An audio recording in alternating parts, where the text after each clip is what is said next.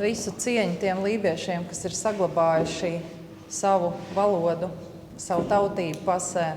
Lībiešu jautājums, es domāju, mūs ļoti interesē šeit Saukrasta pusē.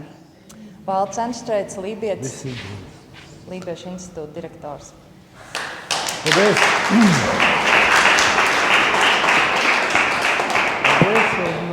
Tas ir tradicionāli, kad ar tehniku vienmēr kaut kas notiek, tad brīdī, kad nekad notiek, nedrīkstētu nekas notikt.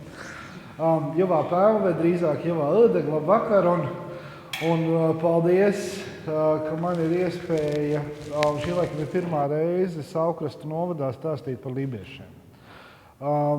Ir stāstīts ļoti dažādās Latvijas vietās, gan Vidzemē, gan Kurzemē, bet es esmu tiešām ļoti, ļoti pateicīgs par iespēju runāt šeit un iespēju arī man pašam vairāk ieskatīties tajās lībiskajās pēdās, kas Saukrastu novadā un it īpaši Saukrastu novada vietvārdos ir arī atrodams. Tas, ko es mēģināšu pastāstīt, tas būs vairāk divās daļās. Tā pirmā daļa būs veltīta lībiešiem kā tādiem un lībiešu mantojumam kopumā Latvijā, jo patiesībā jebkurā Latvijas vietā, lai kur tas nebūtu, pat ja tas ir Zilupē, vai Ezerē, vai Ziemeļkurzemē, vai Sēlijā, visās Latvijas vietās ir lībiešu mantojums un visas Latvijas vietas ir ar lībiešu mantojumu saistītas. Bet dažas vietas, tās, kur lībieši dzīvojuši jau nesenākā laikā, tās ir saistītas vēl vairāk. Un, lai varbūt labāk iedot tādu bildi par lībiešiem, tad sākumā tāda neliela atkāpīta par to, kas vispār ir lībieši. Un lībieši ir tauta, kas ir izveidojusies mūsdienu Latvijas teritorijā pirms vairāk nekā 1000 gadiem, kad tieši to mēs nezinām, tāpat kā mēs nezinām par ļoti daudzām lietām, kad ir tas pats pirmais brīdis. Bet apmēram pirms 1000 gadiem jau tas, ko mēs zinām, lībieši jau ir izveidojušies. Pirmo reizi lībieši ir pieminēti 11. gadsimtā Kijevas kronikās, un Indriķa kronika ir tas, par ko parasti runā kā tādu galveno Latvijas vēstures dokumentu, Igaunijas vēstures dokumentu, bet pēc būtības tas ir stāsts par lībiešiem un viņu kaimiņiem. Tas ir stāsts par to, kā vācieši atbrauc pie lībiešiem, ko viņi tur satiek, kas tur notiek un kas notiek vēl tālāk. Oficiāli lībieši ir oficiāli atzīti Latvijas pirmiedzīvotāji, un reizēm tas ir tāds vārds, kas mulsina cilvēks, jo viņam liekas pirmiedzīvotāji tie ir tā, ka ledus aizgāja projām, pirmie, kas atnāca iekšā, tie arī ir. Tā īsti nav pirmiedzīvotāji, tas ir nedaudz cita lieta, tas ir stāsts par tautām, kas ir saglabājušas savu savdabību, savas tradīcijas, valodas cauri gadsimtiem. Un tādā ziņā lībiešiem ir varbūt tādas divas lomas Latvijā. No vienas puses lībieši kopā ar tām senajām baltu ciltīm, kas Latvijas teritorijā dzīvoja, saplūstot, ir izveidojuši to, ko mēs šodien pazīstam kā latviešus. Bet no otras puses, no visām šīm senajām ciltīm, sentautām, kas kādreiz dzīvoja Latvijas teritorijā, lībieši ir ne tikai pamanījušies iesaistīties latviešu veidošanā, bet arī saglabāties kā tāda atsevišķa stīga, kā būtībā tāds dzīva fosīlija, kā dinozaurs, kas ir spējuši aizmest savu valodu ļoti, ļoti bagāto kultūras mantojumu līdz mūsdienām. Ar to ļoti bagāto var būt tīri statistiski, jo statistika ir tas, kas vienmēr palīdz varbūt tādas lielākas lietas izstāstīt par to pašu folkloru runājot. 20. gados bija apmēram 750 lībiešu valodas runātāji. Un 20. 30. gados gāja ārā ekspedīcijas, kas no Igaunijas, kas vāca lībiešu folkloru. Un apmēram tajā pirmajā vākšanas posmā, 25. ap 25. gadu, un tā vākšana turpinājās vēl līdz 30. ap 25. gadu no lībiešiem bija savākts vairāk nekā 8000 folkloras vienību. Uz katru lībieti vairāk par 10 folkloras vienībām, kas lielākā daļa glabājās Igaunijā, un tas ir tas, kas ir tā lībiešu bagātība. Gan nemateriālā kultūra, gan arī valoda. Par lībiešu valodu runājot, kāpēc lībiešu valoda ir ļoti atšķirīga, jo tā pieder somugru tautu valodu grupai, Atšķirībā no lielākās daļas Eiropas, kas runā indoeiropiešu valodā, patiesībā latviešu valoda un itāļu valoda ir daudz tuvākas nekā latviešu un lībiešu. No tādā ziņā. Un lībiešu tuvākās radu valodas, tā kā latviešiem un lietuvieši, tad lībiešu gadījumā ir igauņi, somi, karēļi, tad tālāk radinieki ir sāmu valodas un citas somugru valodas. Un savu laiku lībieši ir apdzīvojuši ļoti plašas teritorijas Vidzemē, tas ir gar Daugavu, gar Gauju, gar Salacu, šeit visu Ziemeļu vidzemi un Kurzemē, bet mūsdienās, protams, lībiešu valodā spēj sazināties ap 20 cilvēkiem visā pasaulē. Jāsaka gan, ka pēdējos gados šis skaits strauji aug, jo savu laiku lībiešu kopienai, kas ir apmēram 1000–2000 cilvēku mūsdienās, pazaudējot valodu dēļ padomju okupācijas, dēļ visām pārējām lietām, aizvien vairāk cilvēki, tīpaši jaunieši, nāk atpakaļ, un šobrīd, kā piemēru, es varu minēt, mums Lībiešu institūtā notiek lībiešu valodas apguve, un ja mums pagājušajā bija 12 cilvēki, šogad mums ir 40 cilvēki 6 grupās. Tā kā mums ir faktiski katru dienu, katru vakaru 1–2 grupas strādā, pat šodien. Kamēr es esmu šeit, jo es mācu otrdienās. Tādam mazam priekšstatam, kāda izskatās tās lībiešu radu tautas, un ar zilo ir tās lībiešu tuvākās radu tautas, kas ir somi un igauņi. Un tie, kas varbūt ir saskārušies ar igauņu somu valodu, tādam mazam salīdzinājumam no 1 līdz 10, kā tad skan lībiski, kā skan igauniski un somiski. Un te var arī redzēt, ka lībiešu valoda ir, faktiski lībiešu valoda ir otra vecākā. Lībiešu valoda izveidojās vēl pirms somu un igauņu valodas vispār bija parādījušās. Un līdz ar to viņa ir arī laika gaitā ievērojami notrinusies. Un tad salīdzinājumam vienkārši lībiski ir ikš, igauniski yks, somiski yksi, lībiešu kakš, kaks, kaksi, kolm, kolm, kolmē, neļa, neļī, neļa, tas ir 4, vīž, vīs, vīsi, kūž, kūs, kūsi, seis, seice, seicemen, koodeks, 8, 8 somiski, īdeks, 9, 9, kim, 10, 10. No, redzēt, ka somu valoda ir daudz garāk. Un šeit ir apmēram tās teritorijas, kurās tad lībiešu valoda ir savu laiku skanējusi, kur ir un par ko liecina gan tās valodas īpatnības, gan arī pārējais. Šī ir tāda parastā bilde, ko zīmē pēc arheoloģijas datiem, taču varbūt tās, un ja mēs saliekam tad šīs divas bildes kopā, varbūt šo un šo te mūsdienu dialektu karti, tad mēs faktiski redzam, ka mūsdienu latviešu valoda ir veidojusies tajā vietā, kur no vienas puses ir, šeit mums kaut kas neiet labi, no vienas puses ir šīs te baltu ciltis un lībiešu, un šī te robeža starp vieniem un otriem un cauri tām lībiešu teritorijām, ir tīpaši vidzemē, tas ir vidus dialekts. Tā ir parastā latviešu valoda, kur runā, kas ir radusies tajā punktā uz tās jostas, kur baltu valoda sanās, šīs sentautas ir saskārušās ar lībiešu valodu.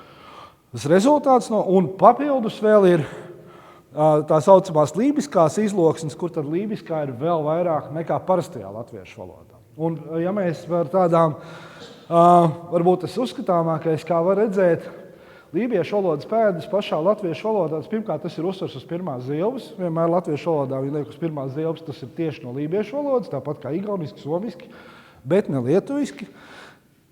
Un ir milzums vārdu, kas ir ienākuši ļoti parasti ikdienā lietojami vārdi, kas ir ienākuši no lībiešu valodas. Tādi kā māja, muiža, kāzas, vai, vajag, maksāt. Un tie visi vārdi, viņi ir faktiski visā latviešu valodā. Un tas ir tas stāsts, ka lībiešu valodas tā ietekme nav tikai lībiskajās izloksnēs, bet visā latviešu valodā, vai tas ir Daugavpilī, vai tas ir Liepājā, ir tieši šie paši lībiešu vārdi, kas ir ienākuši latviešu valodā.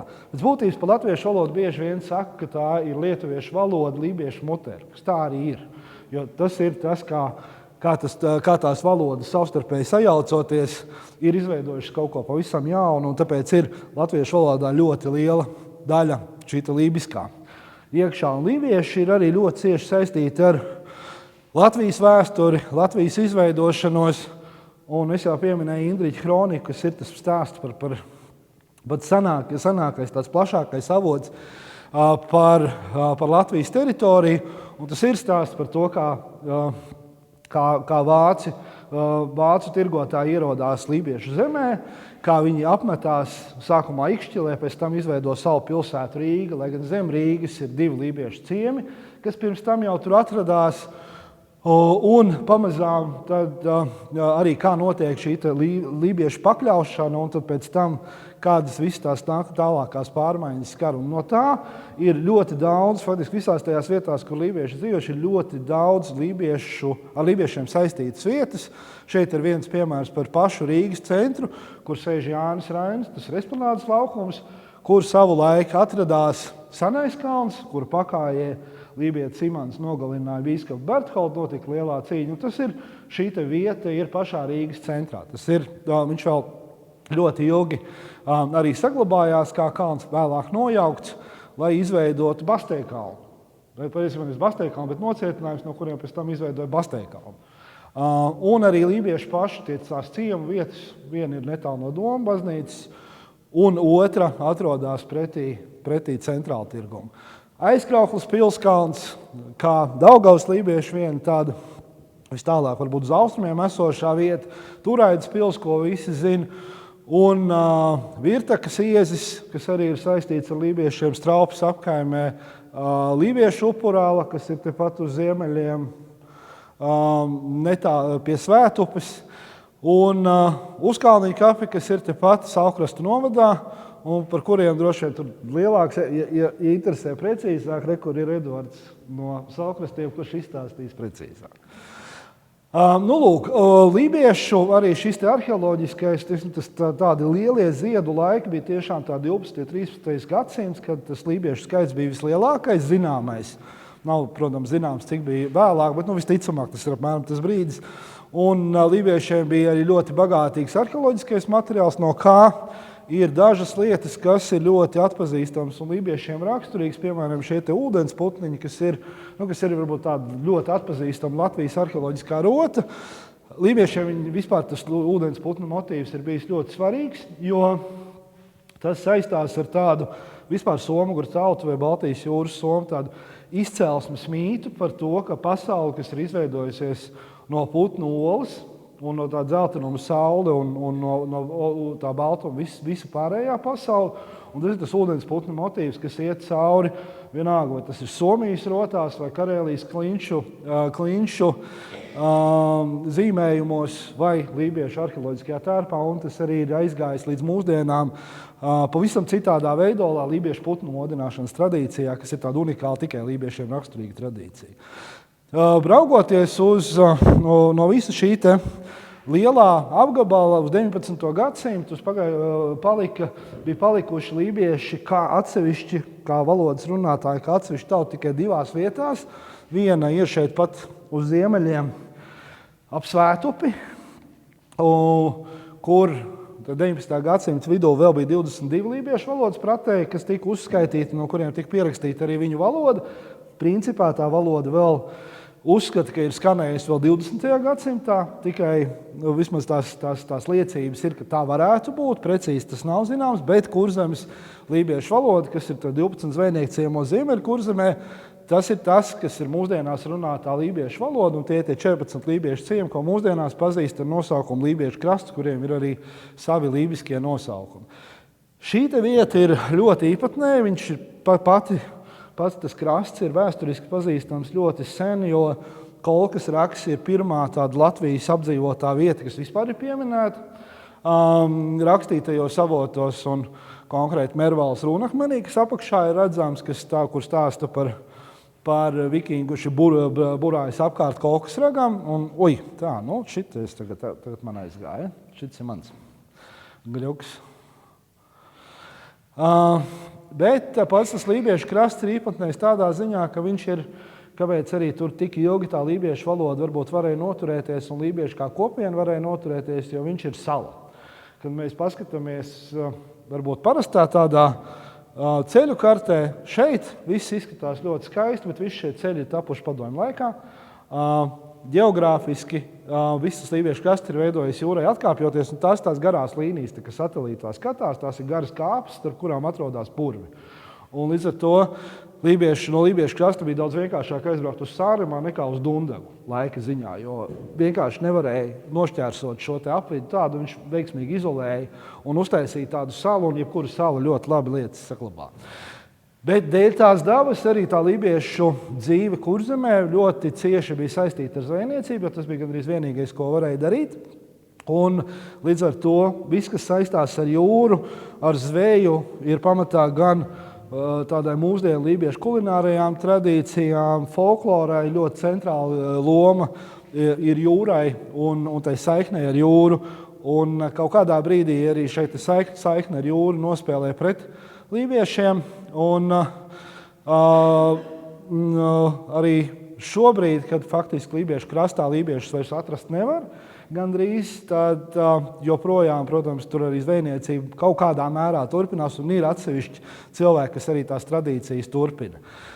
Neraugoties uz varbūt visiem 20. gadsimta notikumiem, lībiešiem ir izdevies arī joprojām noturēt dzīves gan valodas tradīcijas, gan arī citas tradīcijas, un šī varbūt ir tās apakšējās divas bildes ir viena tāda īpatnējākā lībiešu tradīcija, kas arī saistās mūsdienās jau 3. gadu, kas tiek atzīmēta kā lībiešu mantojuma diena. Tas ir pirmajā svētdienā pēc pavasara saulgriežiem. Tradīcija oriģināli ir saistīta tieši ar pavasara saulgriežiem, tas ir tāds lībiešu jaunā gada sākums.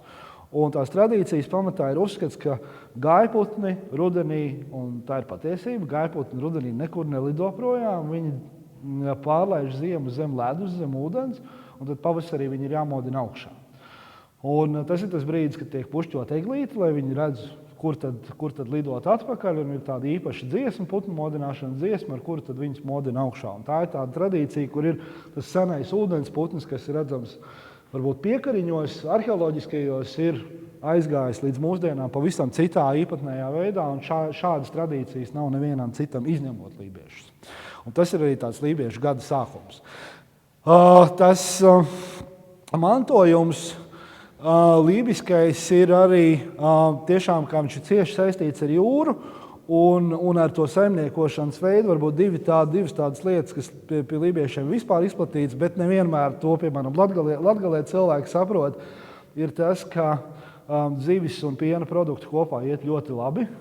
Nav tā, ka zivis zupa nekādā gadījumā nedrīkst būt ar pienu, piemēram. Un tad vēl viena lieta ir tas, ka lībiešu krastā bija ļoti grūti ar gaļu, jo nebija lopu, bet bija ļoti daudz zivju. Un tad, kad taisīja gaļu, tad vienmēr lika klāt zivis, lai izskatās, ka ir vairāk.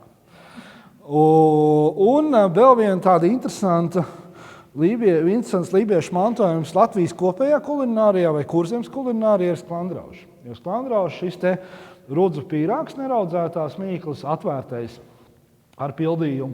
Tas ir pazīstams visā faktiski Somu areālā. Somijā ir līdzīga veida Karelijas pīrāgi, tie, kas ir bijuši Somijā. Tālāk uz austrumiem Udmurtiem tie saucās perepeči, tur ir ļoti dažādi arī pildījumi. Tā burkāna pildījums, tas jau ir Kurzemes inovācija, bet pats tas pīrāga tips un veids, kā to darīt, tas ir tas, kā lībiešu mantojums dzīvo tālāk Kurzemē. Tas, kāpēc lībiešu krasts kā lībiešu apdzīvota vieta beidza pastāvēt, bija 50. gadi, jo 50. gados tika ieviesta pierobežu zona visā Latvijas lielās jūras piekrastē, un arī Igaunijā un Lietuvā, protams. Bet tas, kas notika daudzās vietās citur, piemēram, Ziemupē, Engurē, tajā pašā Jūrmāla ciemā, tad tur bija uzreiz netālu no jūras auglīga zeme. Un tas galvenais, ko tā robežzona noteica, ka tu nevari iet jūrā, tev nevar būt sava laiva.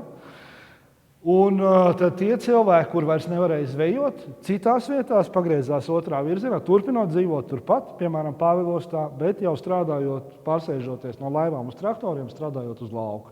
Lībiešu krastā nekas tās nebija iespējams, jo tur lauksaimniecības zemes nav un nekad nav bijusi kā tāds. Tas nozīmē, ka visai lībiešu kopienai bija jādodas projām, un kopš 1947. un 50. gadu lielākā daļa lībiešu dzīvo Rīgā, otrā lielākā kopiena ir Ventspilī, un tad seko citas Latvijas vietas, un lībiešu krastā dzīvo apmēram šobrīd 7% no visas lībiešu kopienas. Viss tas pārējais darbs notiek ārpusē. Un arī mūsdienu lībiešu valodas runātāji. Ir tie, kam ir savas, kas ir saglabājuši mājas lībiešu krastā, kā vasaras mājas, bet lielākā daļa atrodas ārpusē. Un tas, kas notika ar lībiešu krastu, tad praktiski tika iznīcināta visa tā dzīve. Arī šobrīd viņš ziemā aizbrauc, viņš nav atjaunojies. Starp Kolku un Ventspili dzīvo apmēram 100 cilvēku uz tiem 80 kilometriem. Katrā ciemā pa 2-3, un tad tuvāk Ventspilī tur ir vairāk. Un Mazirbē ir 70. Un pārējie ciemi faktiski tukši. Vasarā viņi izskatās piepildīti. Un bija ļoti daudz padomju armijas, tā skaitā arī Irbenes lokators atrodās tāpēc, ka lībieši bija prom, neviena nebija un varēja uzbūvēt Irbenes lokatoru, īpaši slepenu objektu lībiešu krastā. Lūk, šī ir tāda lībiešu krasta ainava. Bet vēl nedaudz pie lībiešiem pakavējoties, tad, ja tīpaši 20. un 30. gados bija tāda, izveidojoties Latvijas Republikai, bija ļoti aktīva lībiešu kultūras dzīve, un lībieši varbūt bija raksturīgi arī tam laikam, un arī mūsdienām ir izceļās ar tādu modernās kultūras slāni.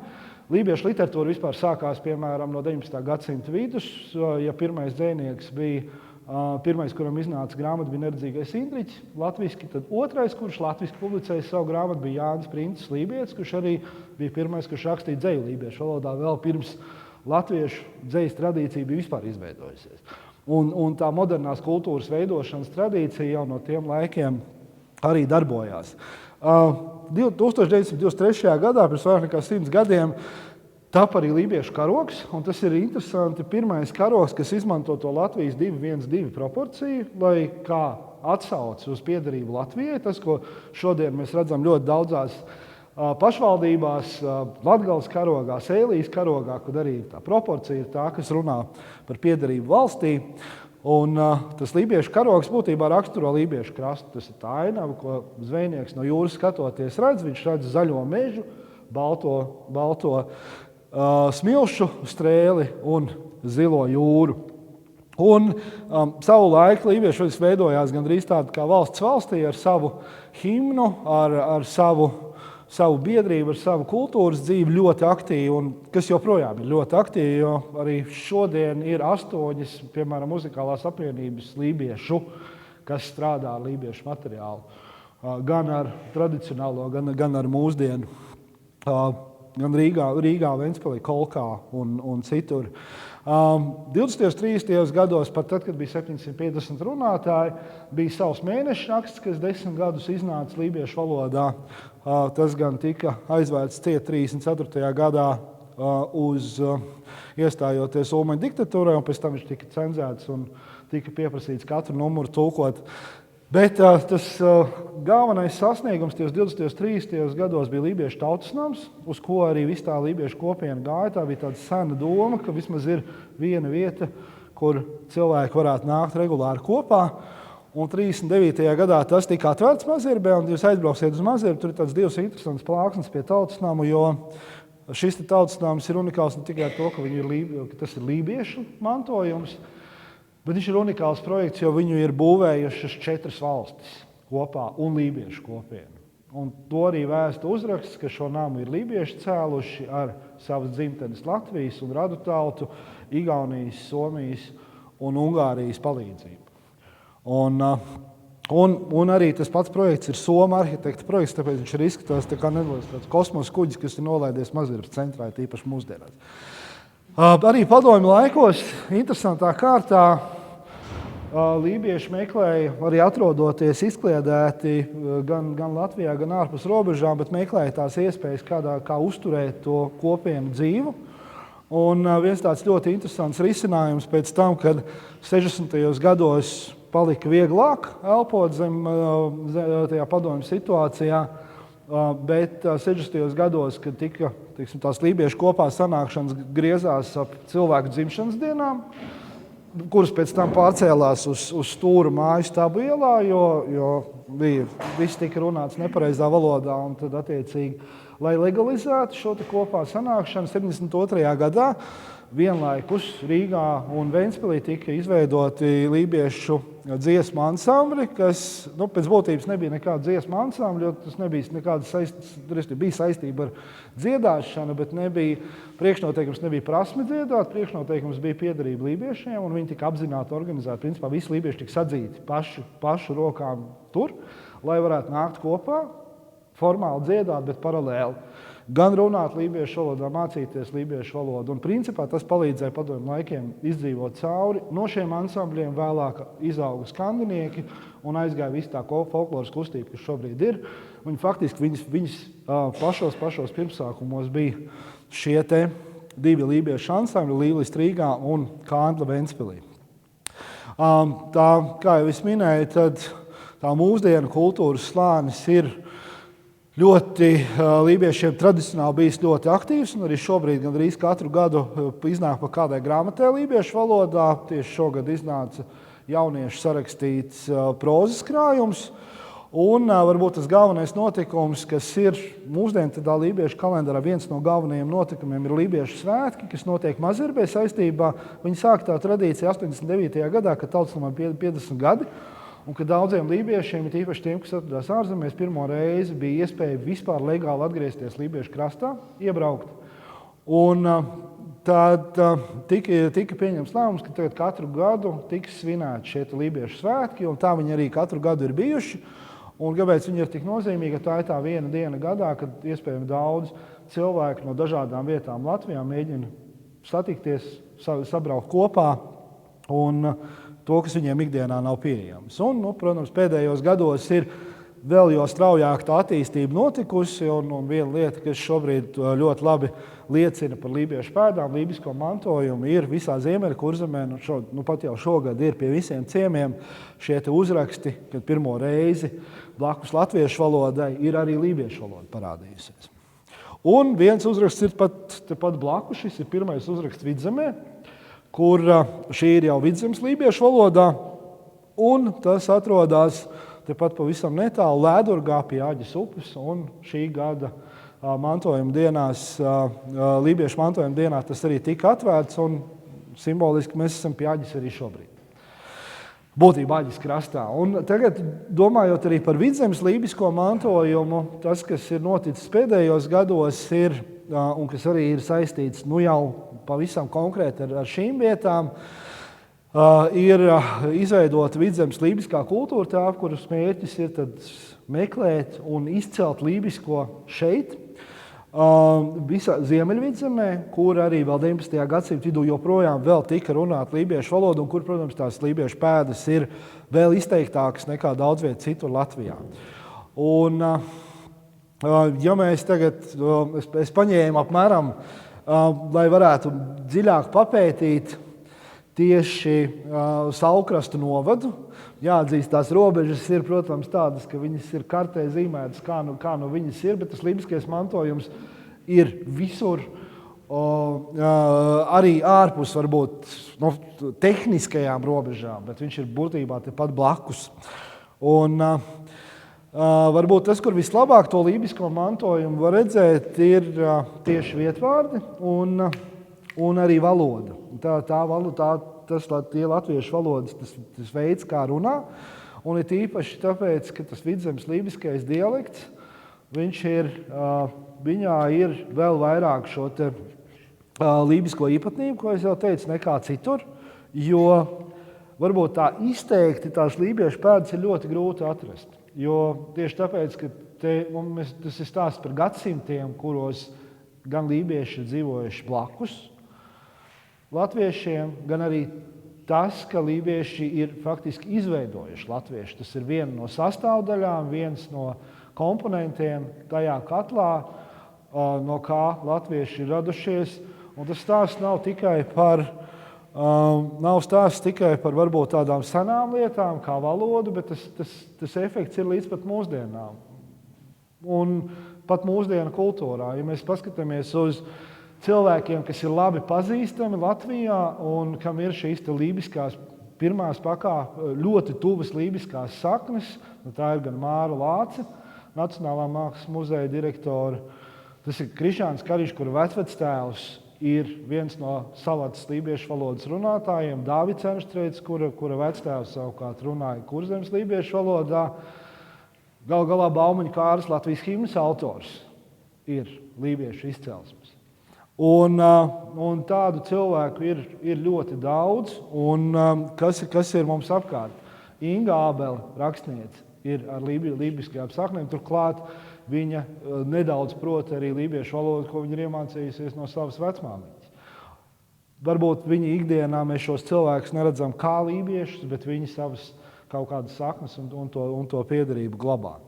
Tādā ziņā ir varbūt tās divas pasaules un atšķirīgās valodas ir tas, kas varbūt apgrūtina to lībiešu mantojumu pamanīšanu, un arī ļoti daudz ir nepētītā, bet jo vairāk mēs strādājam arī Lībiešu institūtā, jo vairāk mēs arī tās lībiskās pēdas arī apzinot paši ieraugām. Kaut vai veļu laika garums, kurš latviešiem tāpat ir tāds pats kā igauņiem un lībiešiem, bet ir atšķirīgs no lietuviešiem. Mums lietuviešu kolēģi, kas tieši ar folkloras lietām vairāk nodarbojās, kā viņai par lielu pārsteigumu izcēla. Jo no vienas puses it kā būtu jābūt šim baltiskajam elementam, bet te ir ļoti daudz, kas ir sajaucies. Runājot par vietvārdiem, varbūt tādas ātras pazīmes, kas vispār liecina par to, pēc kā var atpazīt lībisko un tieši lībisko. Ar vietvārdiem vispār ir nedaudz grūti, jo vietvārdi ir tāda atbalsts, kas nāk no ļoti seniem laikiem. Mēs pat nezinām, varbūt ar ko tas viss ir sācies, un viņš nāk caur vairākām valodām. Tas, ko mēs šodien lasām, ir tas, kas ir latviski jau no lībiešu valodas caur latviešu valodu līdz mums aizgājis.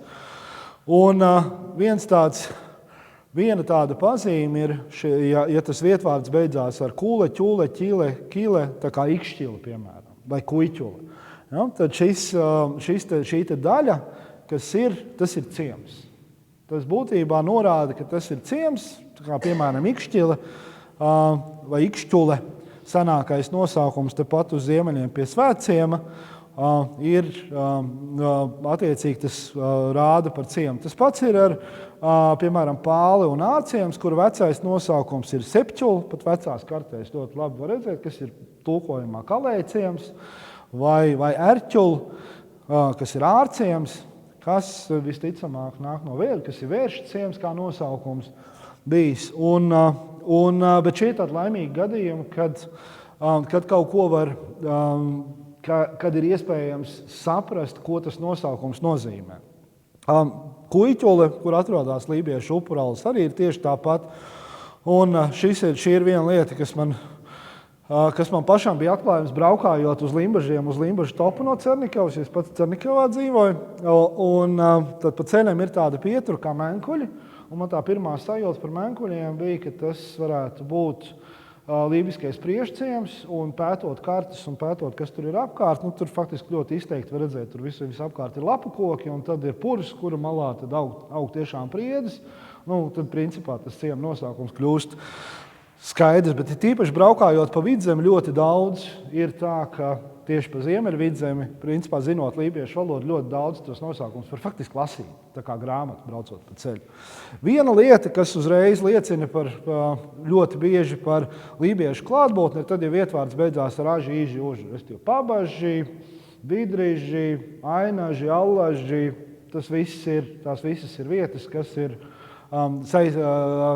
ir ar lībiešu valodu saistītas, un ainaži, šeit ir tāds ļoti uzskatāms nosaukums. Igauniski viņa nosaukums ir hīnaste, un tas hīn ir siens, un aina ir siens lībiešu valodā. Un te arī mēs varam redzēt, ka tas nosaukums ainaži, tas būtu no igauņu valodas, tad viņš būtu einaži, nevis ainaži.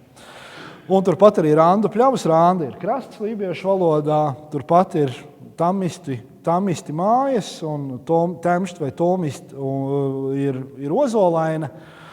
Tas pats ir uz Limbažiem attiecās, un pabažiem, te jau mēs pieejam Saukastu novadam klāt. Un vēl viena lieta, kas uzreiz šeit pat blakus šajā bildē ir redzama, varbūt ne no tālienes, ir tas nosaukums Žagaturga apakšā. Un viena tāda lieta, kas ir raksturīga tikai lībiešiem, ir urga, vārds urga, jo lībiešu valodā citās tajās Baltijas somu valodās tas nozīmē drusku citu kaut ko, vai nu sausu grāvi, vai ieleju, vai kaut kāda veida rakumu, tad tieši lībiešu valodā viņš nozīmē strautu. Un visās vietās, kur tas vārds urga ir, tad tas ir, principā, ja viņu ierauga, tad vairāk vai mazāk 90% skaidrs, ka tā ir vieta, kur kādreiz lībieši dzīvojuši. Tas nosaukums nāk no lībiešiem. Un it īpaši tas attiecās uz visu Daugavas apkaimi, uz visu, kas te apkārt notiek. Un te tikko pavar vaļā no Zvejniekcijiem 5 km radiusā visos virzienos, tur tās urgas ir viena pēc otras. Un, protams, ir pat vesela vieta, ne te, bet netālu ir urga kā ciems, kur ir starp citu 5 lapus skarbonāžu krogā. Bet arī reku tepat uz augšu, un šis ir pavisam tuvu. Tas ir starp Zvejniekcijiem un Liepupi pa vidu. Piemēram, ir Lepsturga, Lepšķi ir augsnājus, ja, būtībā augsnāju strauts. Un tāpat ir Lēdurga, Mudurga, no lībiešu vārda mudā dūņas un aģe. Aģe jau pati par sevi, un aģe ir ļoti iezīmīgs nosaukums, jo aģā lībiešu valodā ir mala. Būtībā tā ir senā Mecepoles novada robeža, kas tieši garām plūst, un viņi arī tā ir patiesībā, tā kā robežu upe, viņi ir saglabājuši šo te robežu upes nosaukumu. Vēl viena tāda interesanta lieta, kas ir raksturīga tikai lībiešu valodā, ir kangars. Tā kā citās valodās tas nozīmē kaut kādu akmeņu krāvumu vai mākslīgi izskatu, vai mākslīgi veidot pakalnu, vai kaut kādu laucītu mežā, tad lībiešu valodā tas vienmēr ir garš pakalns. Un tāpēc mums ir kangaru kalni, lielie kangari, mazie kangari, un arī daudzās vietās pie Baldones, arī tepat blakus pie Aģes upes ir šie te kangari, kas arī stāstu par lībiešiem. Vēl citas tādas lietas, kas par lībiešiem liecina, ir jugla, piemēram, tas Joug vai upe. Joug lībiski ir upe, un attiecīgi to mēs redzam Juglā, Juglas ezers, Joglas upe Ziemeļvidzemē un citās vietās, bet arī tepat netālu Liepupas nosaukumā. Liepupas nosaukums šodien ir latvisks, bet ir daudzas vietas Latvijā, kur tie nosaukumi izskatās pavisam latviski, bet blakus ir atrodams vecais nosaukums, lībiskais nosaukums. Tāds izteiktākā tāda vieta ir Lauciena pie Talsiem, kurai blakus atrodas Nurmes baznīca un kur atrodas Nurmuiža. Un Nurma lībiski ir lauks. Būtībā mums ir Lauciena, ir mūsdienu latviskais iztulkotais nosaukums, bet turpat blakus stāv vecais nosaukums. Tieši tas pats ir Liepupē. Jo Liepupas nosaukums, kas ir saglabājies vāciski, ir Pernigogel, Pernejogel, Pernejēgel. Un Joug ir tas lībiskais upe, un Pērna lībiski ir Liepa. Ja, tas ir tas pats vecais nosaukums, kas mūsdienās ir iztulkots. Bet viņš turpat ir saglabājies, un tepat arī var redzēt šādu nosaukumu ķules kartē, kas ir atkal tas pats lībiešu ķulā ciema nosaukums. Svētups nosaukums arī tieši tādā pašā veidā ir iztulkots, jo lībiešu valodā viņš ir pjoga, svētā upe, tā arī ir. Un tad ir vēl daudzi citi, piemēram, sotagi pie sotagu purs, pie pašiem limbažiem, kas ir no diviem, ir soja, ir purs, un tagaā vai tagi ir kaut kas, kas atrodas aiz viņa, principā aizpuru mājas. Un tagad mēs pamazām nonākam pie tādas drusku izskaņas, kas ir jau vairāk saistīts tieši ar tuvāko apkaimi. Tepat pavisam netālu pie Aģes upes mēs, piemēram, redzam tos kangaru mājas. Atkal nedaudz uz ziemeļiem, virzienā uz Dunti, aiz laučiem. Mēs ne tikai redzam veselu virkni ar urgām, kā Vidurga, Josturga, Rūpes urga, Laučurga, bet tur arī tāda vieta kā Vārzas. Un es nezinu, vai kāds ir aizdomājies, ko tās Vārzas īsti nozīmē, bet Vārza lībiski ir kumeļš, un tie ir kumeļi. Vēl nedaudz uz augšu ir Mustkalni, Mustā lībieši ir melns, tie ir Melnkalni. Arī pusi nosaukuma iztulkota, pusi nav. Līdzīgs, starp citu, ir, tā, ka no Ogres brauc ārā, ir tāda vieta Ciemupe, kurai cauri tek Ķilupe. Ja? Kas ir tieši tas pats Ķilā ir ciems, būtībā tur arī ir tieši tajā pašā vietā, vecais stāv blakus, pilnīgi neredzams un nepamanāms.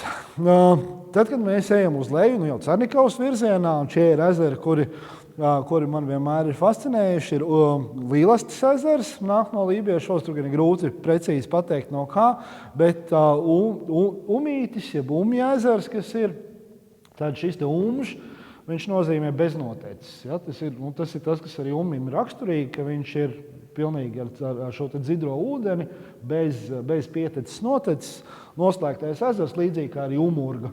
Ir tieši no tā paša arī ir veidojusies. Savukārt lejā, ja jau poligona teritorijā, Lieluikas, Mazuikas ezers un tas uik, tā otrā daļa, ir tas no lībiešu vārda voiga, kas nozīmē peldēt. Tas ir lielais peldezers un mazais peldezers. Tie, kas ir bijuši Somijā, tie varbūt ir pamanījuši tādu uimaranta, un tad tas ir uima, ir tieši tas pats vārds, kas ir. Arī pavisam netālu no šejienes ir Laugu purs, tādi ir vairāk, viens ir pie Siguldas, viens ir te tuvāk, vai Laugu vai Laugas purs. Tad Lauga ir akacis, būtībā tas ir akaču purs, kur vienkārši saglabājies. Un tad es paņēmu un uzšāvu tādus pāris ekrānu šāviņus par vietām, kur šie lībiskie nosaukumi ir saglabājušies, un pamēģināju viņus vienkārši tā. Pat īpaši daudz, neejot dziļi vēsturē, šī 30. gadu karta, tur vienkārši vairāk mājvārdu ir. Jā, bet te mēs redzam šeit gan pīlāgus. Pīlāgs ir tas pats pīlādis, arī viens vārds, kas latviski ir ienācis no lībiešu valodas, bet šis ir jau nesenāks, tāpēc tur ir tas gā, pīlāgs, pīlēģis. Ja. Poņas, Mandaga, atkal tā pati aģe, Ungurjēkas, Laudurgas, Murjāņi, Jēņi, Norbieņi, Kūzmas, un faktiski daudzas citas vietas, arī Jērkule ir nedaudz uz augšu. Tas ir principā ezerciems, kur ir vēlreiz Laugas purs, un kur blakus var redzēt ir Lenčkule, turpat vēl blakus ir Kangarkalns. Atkal šis te garais pakalns, ko arī pat tajā vēl 30. gadu kartē var redzēt, un Paldas ir arī tāda interesanta lieta, kas jau ir tieši Salacas lībiešiem raksturīga vai Vidzemes lībiešiem. Arī Paldaži netālu no Limbažiem. Pald ir krasts, ja, kaut kāda augstāka vieta, un Paldas šeit, un Paldaži ziemeļos tad arī ir tas pats. Un visticamāk to nosaukumu ir vēl vairāk, tikai varbūt pārāk maz to nosaukumu ir saglabājušies. No pavisam citas operas, no pavisam cita veida lībiskais mantojums šeit ir tas mantojums, ko izmanto zvejnieki, un par to ir Benita Laumana visai daudz rakstījusi arī par zvejvietu nosaukumiem, arī par teiksim, akmeņainām vietām jūrā, kuras sauc par ravām lielākoties, kas arī ir tāds lībiešu cilmes lieta. Joms, piemēram, tā vieta jūrā starp diviem sēkļiem, joms ir arī nāk no lībiešu valodas, kā aizgoms latviešu valodā, no tā principā arī parastais latviešu valodā lietotais vārds joma ir tieši tāds pats arī, kas ir ienācis no turienes. Bet debespušu nosaukumi ir viena tāda ļoti interesanta lieta, tas ir ziemeļu, dienvidu, austrumu, rietumu. Latviešu valodā vairāk vai mazāk viss ir ļoti skaidri, ir austrumi tur, kur aust, un rietumi tur, kur riet, un tā. Kas notiek lībiešu valodā ir tā, ka šeit ir šie debespušu nosaukumi, augšā ir virzieni, un šeit ir 7 Baltijas somu valodas, kādas ir somu, karēļi un citas, un tad katrai debesu pusē ir tie nosaukumi, kā viņas parasti lieto. Un tas, ko var redzēt lībiešu gadījumā, ka viss tā vēja roze ir pagriezta nepareizā virzienā. Ja? Viņi ir atšķirās, ja visiem citiem vairāk vai mazāk, piemēram, austrumi ir turpat, tā kā ir jābūt, ja? Itē, tad lībiešiem itē ir ziemeļaustrumi. Un savukārt tur, kur ir rietumi, tad viņi ir tieši tāpat pagriezti, tur, kur ir rietumi citiem, Tur lībiešiem ir cits vārds, bet tas vārds, ko lieto citi par rietumiem, atrodas dienvidu rietumos. Respektīvi, viņi sanāk vienkārši pagriezt par 45 grādiem. Ko tas mums dod? Tas dod to, ka mēs varam atpazīt lībiešu veirozi, kurā mēs varam atpazīt saikni ar lībiešiem, nevis ar kādu citu, bet, kad mēs ieraugām, tad mēs zinām, ka tā vieta ir specifiski saistīta ar lībiešiem. Tad, kad uzliek uz kartes šos te nosaukumus, tad tā teritorija ir faktiski visapkārt Rīgas jūras līcim, kur izmanto tieši lībiešu veirozi ar šiem te nosaukumiem. Un tās nav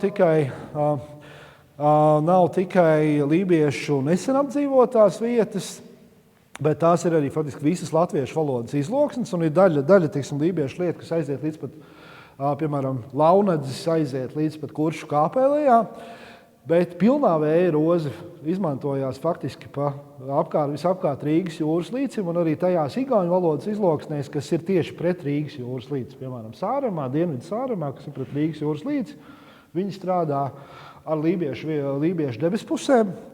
Un kur ir piemērs no Enguras, arī iesūtīts kā reizi krātuvē.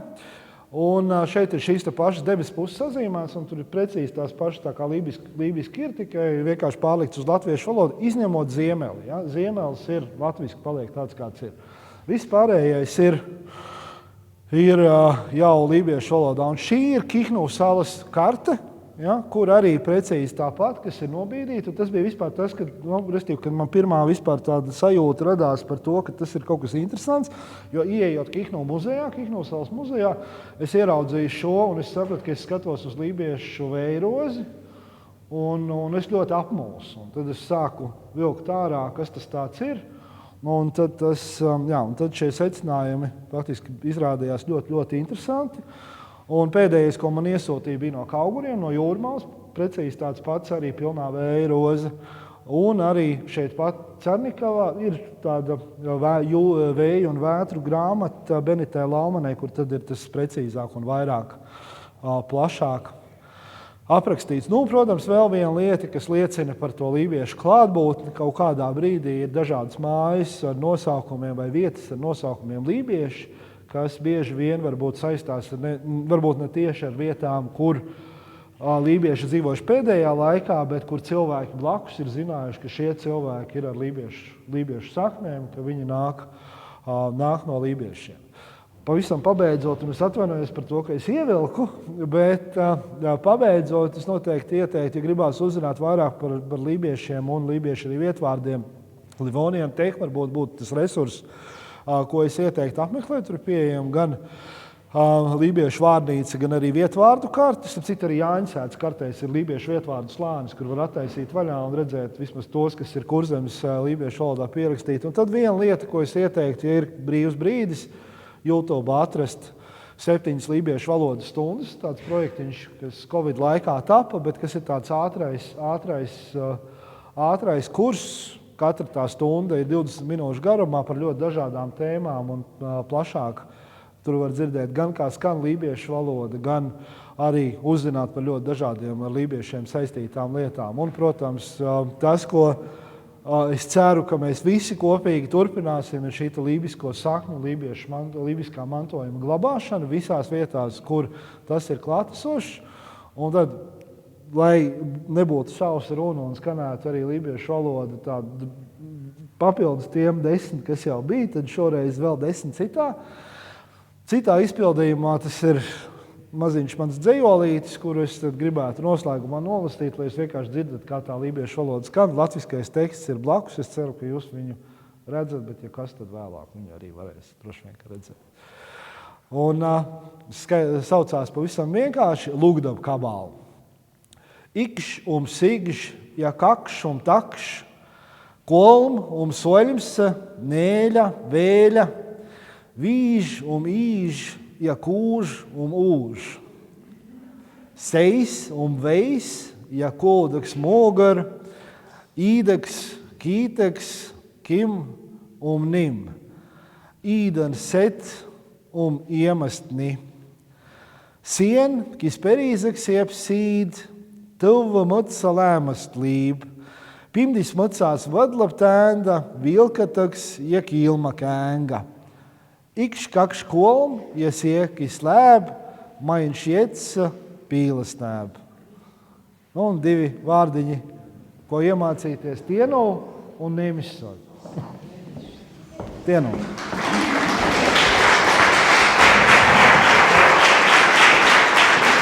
Tad es teikšu tienu valt. Paldies. Un mums ir šeit Lībiešu arheoloģiskos tērpos grupa Dvīga. Nāciet priekšā dziedāt, mēs nesīsim tēju, ēdīsim reņģu maizi, uzdosiet jautājumus lektoriem. Un mīļš paldies gan Ritai, gan Valtam. Jā, vārds Dvīgai, un mēs nesam arī tēju ar kolēģiem.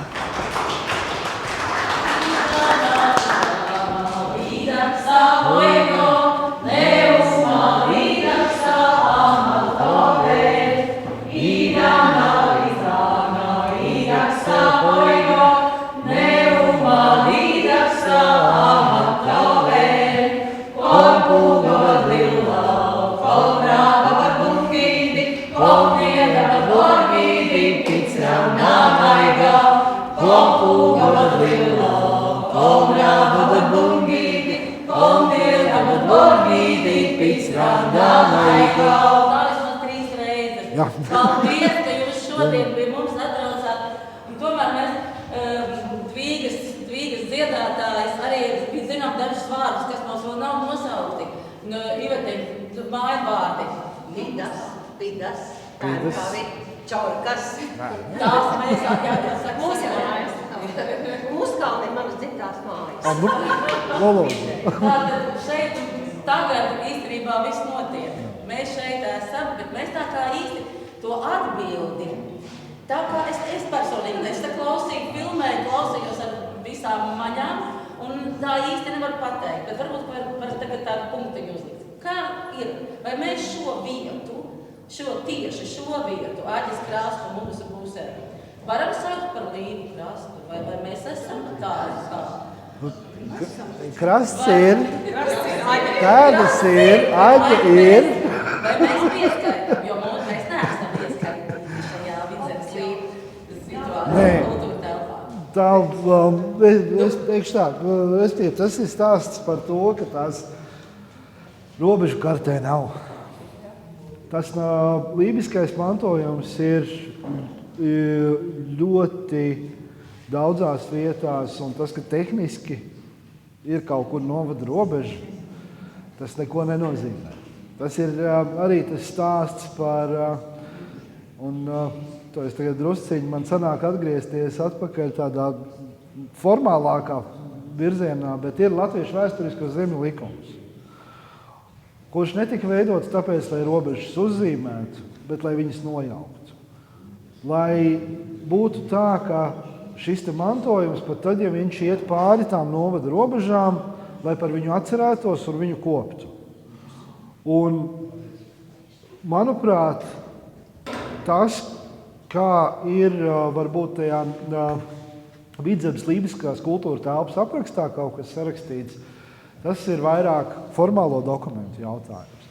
Bet Vidzemes lībiešu mantojums ir visās tajās teritorijās Vidzemē, kur lībieši ir dzīvojuši.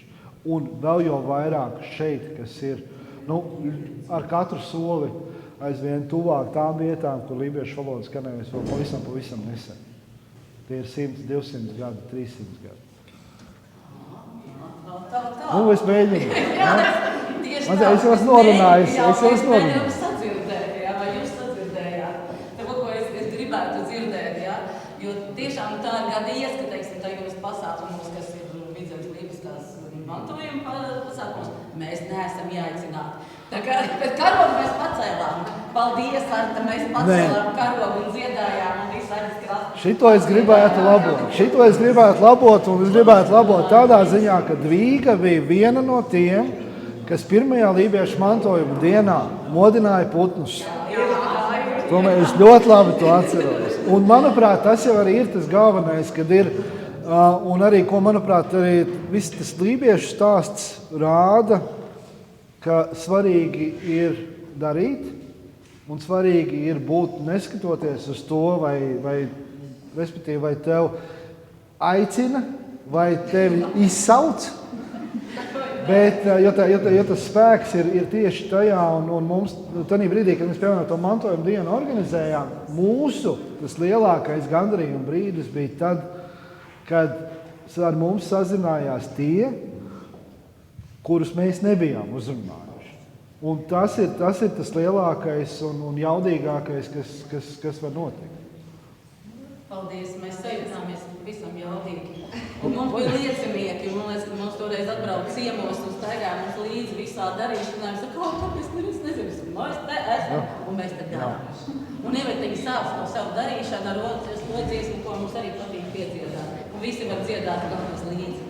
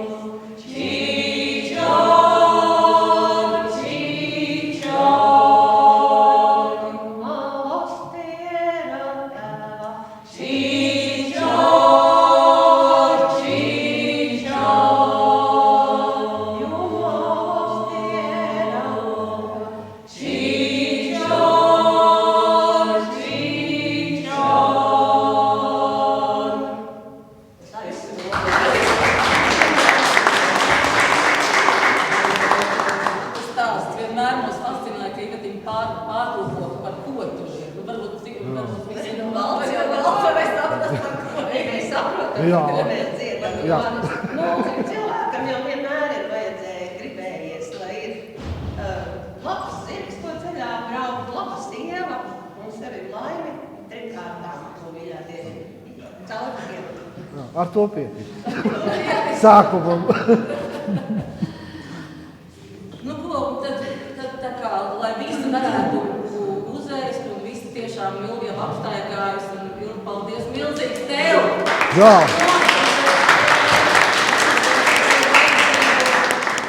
Pat īsti nezinot, ka mums ļoti vajag, jo nevienmēr mēs tiekam arī pie garamantām, paldies! Jā, tātad vēl no Mārs Mēlēnas sveicienu vakar tikāmies un bijām tepat aizvējos folkloras skolotāju. Tā kā pulkāteku seminārs, kurā visu pieminējām, runājām, ka vajadzētu vēl vienu dienu pielikt klāt semināram, jo šo gribējāt dzirdēt. Bet nu tā ir vienmēr. Tā kā paldies, Ilva, ka visu sagādāju, visu droši var celties, bet mums vēl ir, līgu pūtu vēji. Ja visiem saprotam visiem.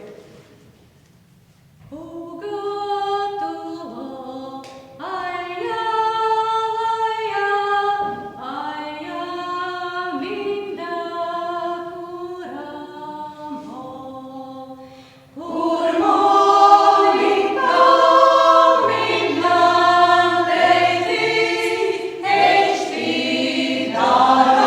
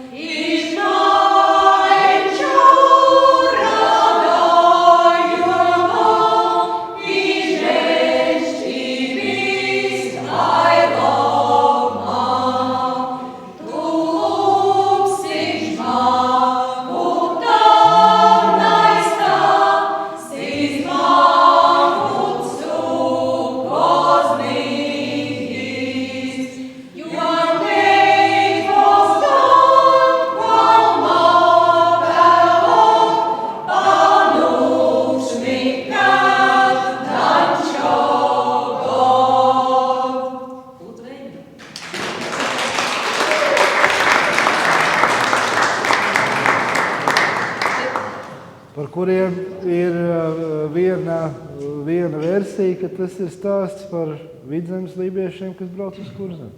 Jā, tās reņģis, tie kurzemnieki šur brauc, un tad arī maisījām.